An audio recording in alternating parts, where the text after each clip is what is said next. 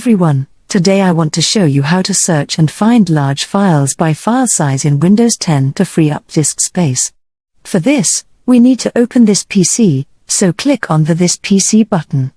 After clicking, PC will be open in front of you. Once PC opens in front of you, here you can see there are two local disks, but we will go to local disk E, so click on it. After clicking, that disk will be open. Once it's open, go to the top right corner of the dashboard. Here, we will search.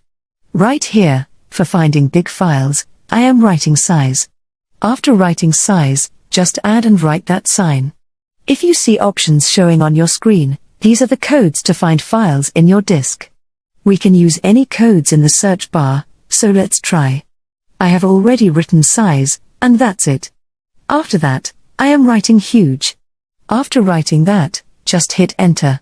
After that, you'll see heavy files like 1.41 gigabytes, 1.6 gigabytes, 1.07 gigabytes. These files will appear right here. We can easily delete heavy files from here to free up our disk. That was the way to free up disk space from heavy files in Windows 10.